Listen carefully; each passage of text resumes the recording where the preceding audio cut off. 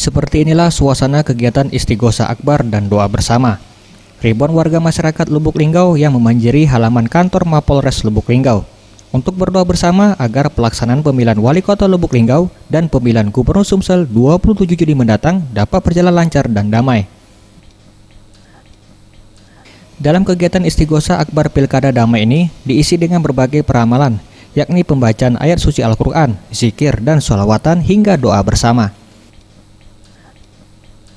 Selain dihadiri ribuan warga masyarakat, acara ini juga diikuti ketiga pasangan calon peserta Pilwako Lubuk Linggau, serta para penyelenggara pemilu baik komisioner KPU maupun Panwaslu.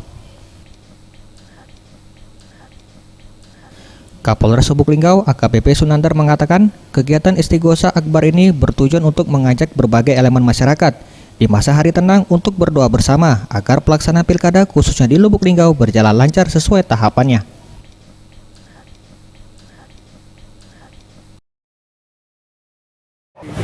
Hari ini saya ingin mengajak kepada seluruh masyarakat Kota Lubuk Linggau, baik penyelenggara maupun peserta pilkada, ya, bahwa detik-detik akhir perjalanan pesta demokrasi itu sudah mendekati akhir krusial, tentunya tanggal 27 besok.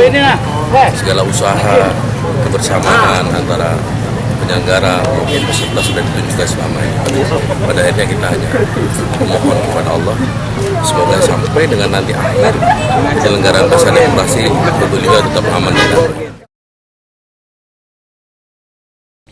Sementara itu, Kapolres Lubuk Linggau menghimbau kepada warga maupun peserta pilkada agar menghentikan aktivitas apapun di masa tenang hingga di hari pencoblosan.